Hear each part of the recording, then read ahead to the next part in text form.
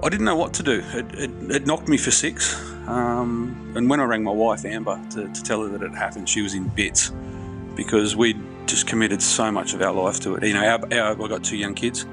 Our babies had grown up in that kitchen. And it just felt like everything had been torn away. This is the Deep in the Weeds podcast. I'm Anthony Huckstep. Identity. It's something many have discussed during the series. Hospitality workers put so much of themselves and their lives into their job, it often becomes part of their identity. What if the very thing you made a name for yourself with has been ripped out from under your feet? Colin Barker is an award-winning chef who rose to fame as one of the country's best fish cooks at the Boathouse on Blackwattle Bay. Colin, how you going? Huck, I'm well, mate. How are you? I'm good. Thanks for joining us. You've had quite an interesting period of time with the restaurant being closed, but the pandemic sort of, when it landed, it started a bit differently for you. Can you tell us about those early stages? Yeah, mate. It's been a wild ride. If you had spoken to me 6 months ago and said, where you're going to be, I probably would have given you a very different story. But unfortunately for us, it was a bit of a perfect storm moment, and the boathouse isn't officially closed, but it's not open either. We ran into some dramas. Basically, we've been chasing another long-term lease. You know, we've been there for 23 years, and in 2016, actually, we filed our first sort of reapplication. Tony Pappas, the owner of the business, had a lot of drama securing his first lease in the early 90s, so he wanted to be ahead of the curve. And, January 2016, first submission, and we're still without a lease, mate. So, yeah, she's in dry dock. What happened that sort of week that the industry got told to shut down? What happened with you and the staff? Well, for us, the whole thing is, like, even after 23 years, we'd been trading very, very well. Right up until the knocker, we were to the point where basically, there was obviously a lot of panic and people just didn't know where we were at. And then when the restrictions came in on the 1 per 4 square metres and things like that, it really hit home that the restaurant wasn't going to be, viable in its current state. So we, like a lot of guys around town, we started looking at doing eat-at-home options, takeaways, running markets out of the restaurant, all that sort of gear. And, we were sort of in a mad flurry trying to sort of keep everyone alive and keep it going. And, Tony was in town. He's overseas for the most part of the year now. And he was in town and he wandered in this afternoon and he did have a look on his head and I thought, this can't be good. And he just said, "Can I have a chat, mate?" And, I've been working alongside Tony for 13 years. Been running the place for him in his absence. And he sat me down and he came out with, "We're going to have to shut it down." And, mate, 13 years, like I've been trying to buy into the place as a partner for the last 5 years. I'd invested a lot of time, a lot of effort, and it had really consumed me for the last, at least decade. And then to be told that, all that was going to be erased and the future that you had planned, well, it's not happening. That was, it was an old shit moment for me. Panic set in and I was just numb. I didn't know what to do. Well, as you said, it's been part of your life for 13 years and you've been running the show for at least the last 5, and you really made a name for yourself as one of Australia's best fish cooks there. How does it feel at the moment with the uncertainty and having built your whole career around this restaurant? Look, I've been very fortunate. Tony actually jumped in before the government came out with JobKeeper, JobSeeker, any of that sort of stuff, and he had enough money in the tank to basically pay out everyone what they were owed. He basically didn't want to try and save the business and dig a hole that we weren't going to recover from. So I was very, very fortunate. I got a handsome redundancy package, as did anyone who'd been there for any period of time or who was eligible. And really from there it was, I didn't know what to do. It knocked me for six, but I've sort of I've grown up with some pretty amazing parents, and I came home that first evening, and when I rang my wife Amber to tell her that it happened, she was in bits because we'd just committed so much of our life to it. I've got two young kids. Our babies had grown up in that kitchen, and it just felt like everything had been torn away. And I sort of sat down and had a bit of a quiet moment with myself, and I ended up just slapping myself around and said, "No, you've been brought up to be better than this. You're resilient. Everyone's in the same basket. You've just got to make the best of a bad situation." So, obviously I was lucky enough to have a little bit of money behind me, and the pandemic itself actually made my wife busier within her role. And then I just set about getting on with things. I miss the place like you wouldn't believe. I still have to go down there on occasion and let people in to sort of shut off electricity and stuff like that, and it breaks my heart to see it a skeleton. I was very, very sort of proactive about it. I thought, this is, got to do this, got to do this. But there was one last day before Tony Pappas had to go back abroad when he finally could, and he asked me to go down and help him take down the artworks. And the artworks, they're iconic, done by Jenny Dolzell, and pulling them down off the walls to put them into storage, it just about broke me. I didn't realise just how emotional the whole thing had been until that point. How have you coped through this period with such a huge part of your life sort of being taken away? There's two ways you can go with it. You can let it ruin you, and you can feel sorry for yourself, or you can just see it as a new beginning, another opportunity. And it's not to say that the Boathouse is gone. If they pop up tomorrow with another long-term lease, and it all works for us, then both me and Tony are very, very interested in getting it going again. But I don't know. Mum's always been good with the tough love, and it was always, suck it up, princess, get on with it. So I sort of had that chat with myself, and I gave myself a clip on behalf of Mum, and it was onwards and upwards. And I've done some funny things the last couple of months. I'm fortunate enough to have fallen into a role that I'm currently doing. But mate, I've got my white card from years ago, so I've been swinging a shovel. I tried my hand at being a decky on a commercial fishing boat. I did some welding and fabrication for the old man. So how'd you go with that, mate? Well, fishing's it's part of my DNA. So, and I suppose that's how I ended up at the Boathouse. So, yeah, man, it's been, I miss it a lot. But it's also been an opportunity for me to realise just how consuming it had become. And I was putting so much energy into the place, and I could see probably for the last couple of years that the writing was on the wall when we weren't getting the responses that we needed with regards to the lease.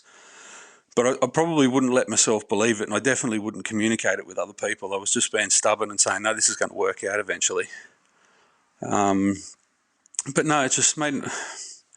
you do what you got to do, and it was about providing for the fam, and I've found myself in a new role. As I said, I've started up a consultancy business. I'm fortunate enough to have a very good friend in one Mr. Colin Barker, and he rang me and said, "What are you doing?" I got someone that's chasing a bit of help, and the rest went from there. So I've started up my own kitchen consultancy business, and I'm helping out a large Sydney-based hotel group, sort of troubleshooting menus and kitchens and stuff like that. It's very, very different to the life of the Boathouse, but I'm really enjoying the challenge. I know that you like to mentor the staff that you have there and make sure that they have clear career paths. And what's it been like, sort of dealing with and sort of losing all that staff, and how have you helped them cope with the situation? I've kept in touch with most of the guys. Obviously, a lot of the guys, with visa restriction and stuff like that, a few of them have returned home. I've got a real core. Like a lot of my staff were very, very long term. Franco, my Sue, he'd been with me for 9 years, almost 10. My junior Sue, Hendry or Chuck, he'd been with me for the best part of 8. And then, lots of my chef de parties and my middle range guys, they were averaging sort of 3 years. So, one of the greatest moments we actually had was we had a bit of a meeting to let everyone know what the intentions was with the restaurant. And you know me, I got a bit of a warped sense of humour, and I didn't want it to be too dire. So Tony went about addressing the staff, and I did too, and it was quite emotional. I didn't think I'd be that way, but when I was stood there looking at everyone's faces and just going, you've put so much effort, not just into the business, but into me. They were very, very invested, and they were like family.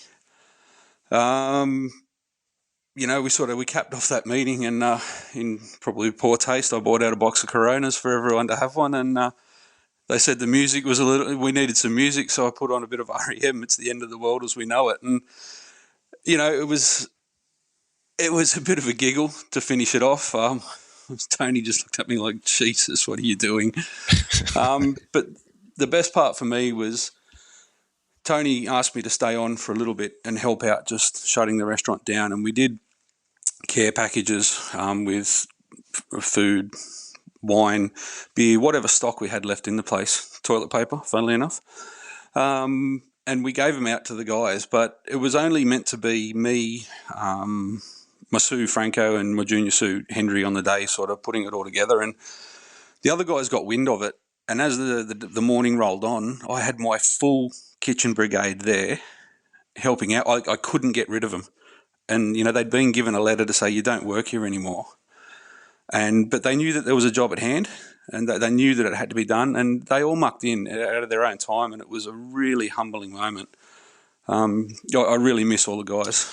What's it been like doing the consulting? You've been absorbed in the world of fish and educating consumers as well as your staff about, the way that we can eat seafood and how glorious it is. But I'm guessing the consulting role has you crossing multiple proteins and different situations.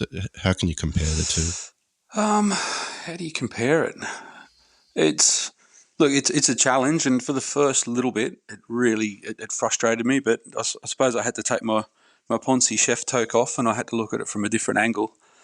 And I'm actually really enjoying it. And funnily enough, the first site that I'm working on is in the Hills District in Sydney. And I've inherited a fantastic team of just really good workers, great guys, and they just get it done. So as far as the food goes, the Boathouse, obviously, we're renowned for our seafood, and I miss it. I miss being able to sample the oysters as they come in the door. I miss being able to jump on the decks of the boats at the markets and pick my own fish, because we're just across the water. I'm still down there a bit. I sort of harass the guys that, used to supply me, and seafood's still a big part of eating at home. But obviously, the beauty of what I'm doing, and I suppose it is in a pub role, it doesn't matter at what level you're cooking. It's just about the simple things done well. And, it's teaching these. I've got this, there's a couple of young kids in this kitchen that they're screaming to be led. And you give them, a little tip or a little technique, or you show them how to do something, and they light up, and you go, yeah, righto, this is, so it is very, very different for me going from, the higher end of town to consulting on pubs and stuff like that. But it's so rewarding, and, you touched on it before. I've always sort of seen myself as a bit of a nurturer with my guys, and I suppose the track record I had with guys hanging around in my kitchens for so long spoke for itself. So for me, it's a new challenge, and I'm really enjoying it. How did it all start for you? I know that you're a keen fisherman and you ended up, with the Boathouse, but how did you get into the industry in the first place? Even as a really young kid, I never wanted to be anything but a chef. I don't know why. I don't know where it came from. I was always really good on the tooth as a kid. Mum's a fantastic cook. My grandmother's a fantastic cook. And we weren't sort of held back from eating stuff as kids. I grew up in a rural area, so a lot of, we raised our own chooks, and, we'd get sent off to a mate's house for the day, and we'd come home, there's no chooks left and the freezer's full. And Mum grew all the veggies and stuff like that for a really good portion of my life. So we were encouraged to eat different things, try different things, and Hunting and fishing's always been a big part of my life, so it all worked.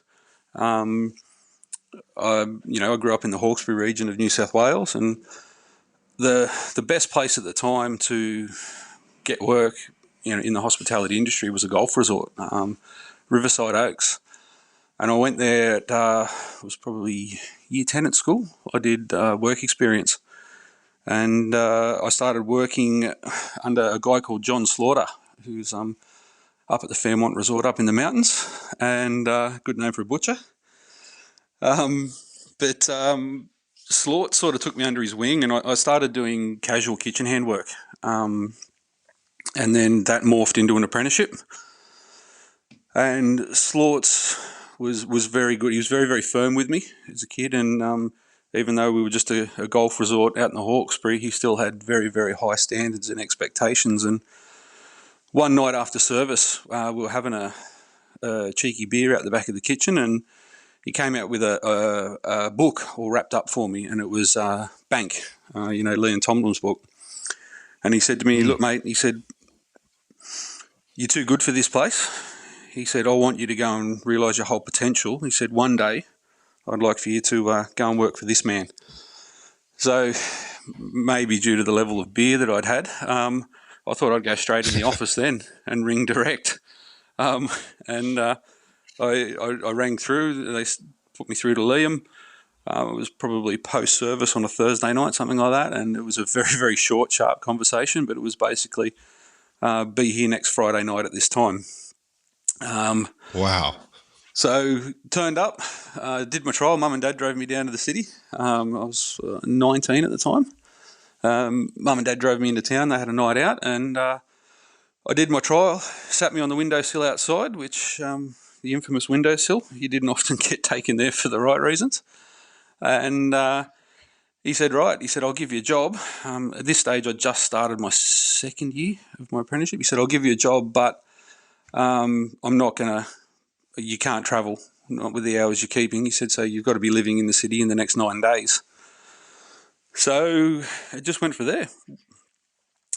We sort of whipped into the city, and I stayed with a mate's brother for a bit, and he sort of asked me to leave not long after being there, but it's what it is. And then I ended up living in the Junior Sue's attic, Stevie Krasicki, for quite some time after that. But Bank was, it was obviously a big change from a golf resort in the back of the Hawkesbury. But I've had some amazing mentors in my career, and it started out with Slaughts up at the golf resort, and then Liam. You hear all these fearsome stories about Liam and how he ran his kitchen, and you know what? I only ever copped one bollocking in the whole time I was there, and it was just over 18 months, and I deserved it. I did the wrong thing. But if you did the right thing, he was actually a beautiful, caring, very supportive man. And if you're in with him, you're in with him. I was one of the last 4 boys out of the doors there when it finally fell. And then Warren Turnbull picked me up, or was Liam's chef de cuisine. And he said, "Oh, hey, how about you come and follow me around town for a bit?" So we bounced through a couple of venues, and then finally ended up at Assiette. And we ended up with 2 hats at Assiette straight off the bat. And, tiny little team, just me and Woz and Bo Jangles, or Bo Vincent. Bo's up in Newcastle now doing his own thing. And we just slugged it out there for a while, and sort of natural progression then was to go and see abroad, and just through the bank connection I ended up going to London and working for Bretto at the Ledbury Notting Hill. And just truly amazing, blew my mind.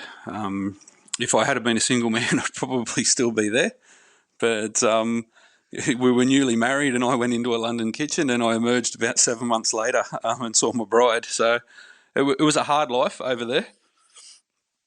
But just like Brett was the most, and still to this day, the most inspirational food mind I've ever been around. He did not rest. Great team, good fun. And then I've always had a thing, sort of been a bit of a country boy myself. I wanted to see the gastropub scene in country England. And we went and did a stint in, I got a little bit of part-time or just sort of placement work at a place called the Old Butchers in Stow-on-the-Wold. And it was such a difference from what the food at the Ledbury was so intense and so sort of handled and manipulated. And then we went to this tiny little country pub, and the food, like you'd have a gamekeeper come in during lunch with 2 roe deer over his shoulder, that he just shot, and he'd say, "Oh, which one do you want, Pete?" And, walk through a full restaurant with 2 carcasses. You turn up on the doorstep in the morning and there'd be baskets of pheasants with a note attached to them. "Dear Peter, shot far too many. Hope you can use them." We'd have like 300 pheasant hens hanging out the back. Pete raised his own pigs, and all the food, all the produce came from the local area. So it was a stark contrast to what I'd learned in London, but I really loved it. And I thought, like when I get back to Oz, I want to do something more like this, something a bit more in between. And then we finished our travels over there, and we came back to Sydney, and I was actually working for my old man for a couple of weeks. We were waiting. We had a property in Sydney that still had tenants in it we had to get back to. So I was killing a bit of time with Dad, and I was a little bit burnt from London. It was a pretty intense lifestyle. And swinging a shovel, and a mate rang me and said, I'd worked with him at various venues before, and he said, "Oh, look, I'm at the Boathouse. We need a sous chef." And I said, "Oh, I'm not really looking." He goes, No, come on down. You'll love it. The fish, it's crazy. So I went and did a trial, and 3 days later we were back in the city again. So, and that's, like you touched on earlier, I'm a mad fisherman in my spare time. And it was just such a natural fit to go in and get to play with some of Australia's best seafood.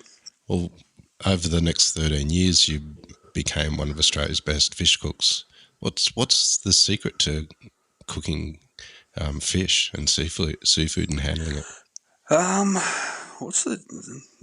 Really, for us as chefs, and we're spoilt nowadays, so much of the work is done by the fishermen. How that fish turns out on your plate comes down to how it was treated when it came over the gunnel of the boat. Was it brain spiked, ice slurried, handled well? It starts at the beginning there. Seafood's one of those things that you don't stuff around with it. It's about simplicity. It's about simple flavour. It's about letting it speak for itself. And I was gifted an amazing kitchen down there at the Boathouse and the proximity to the markets. So it just made life easy. We were dry aging fish before it was called dry aging. We had the static fridge down there, which is, I think, the second one that was in Sydney. I think the first one was for Hodgie and Steve down at Pier originally, and then ours was modelled off that. So, yeah, it's just the very, very simple things, keep the fresh water away from it. That's just got to be done. And yeah, just sharp knives, care, diligence, and the rest is really done for you by Mother Nature and the fishermen. What's your favourite fish, and how do you like to cook it? From an eating perspective, I'm a bit of a fan of barcod. One of the deep water species is the species that we do get a little bit of it locally. I've been lucky enough to catch a bit with a few buddies around here, but mostly sort of north coast and southeastern Queensland. It's just that beautiful, big, sticky white flake. The skin, when treated right, comes up like pork crackling. So for me, it's just about cooking it on the skin very, very gently. You can do it with the aid of a fish weight, or you can do it with just a little bit of patience and a bit of a push. And then, pan into the oven, a couple of minutes at best. And it's one of those fish, if you cook it too far, can go quite tough, but you get it just right, and it's the most succulent, sweet piece of fish you'll get to eat. Apart from that, I've got a bit of a soft spot for the old leather jacket, the piscatorial cockroach.